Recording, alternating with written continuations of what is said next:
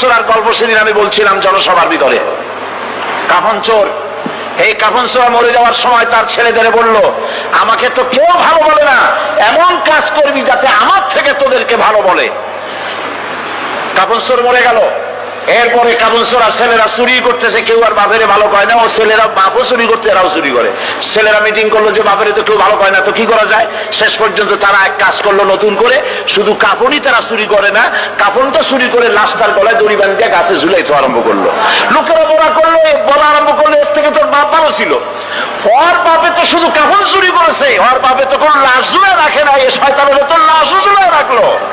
আজকে জাতীয় কথা বলতেছে, শেখ মুজিব তো তার মেয়ের মতো সাইকুল হাদিস গ্রেফতার করে নাই, মাদ্রাসা বন্ধ করে নাই, আলেমদেরকে অত্যাচার করে না। এই মুজিবের চাইতে নিকৃষ্ট বেহায়া তার মেয়ে। একজন মহিলা হয়ে তিনি মুসলমানের মেয়ে বলে দাবি করেন, আমরাও মনে করি একজন মুসলমানের মেয়ে, কিন্তু কোন মহিলা পরপুরুষের সাথে হাত মিলাতে পারে না, হারাম। তিনি যত পুরুষের সাথে দেখায় উনি হাত মিলান, শুধু তাই নয়, পরপুরুষের দেওয়া হাতে চুমা উনি গ্রহণ করেন।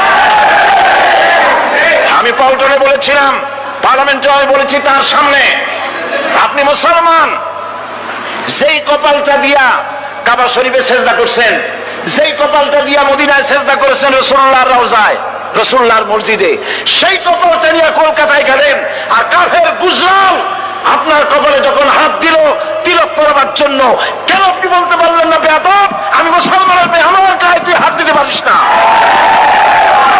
সুতরাং কাফেরের হাতের চন্দনের তিলক কপালে পরে পার্লামেন্টে বলেছি, কপালে পরে আপনার ইজ্জত কদ্দুর নষ্ট হয়েছে আমরা জানি না, কিন্তু মুসলমান দেশের প্রধানমন্ত্রী হিসাবে বাংলা 13 কোটি মুসলমানের ইজ্জতকে মাটির সাথে আপনি মিশাই দিয়েছেন।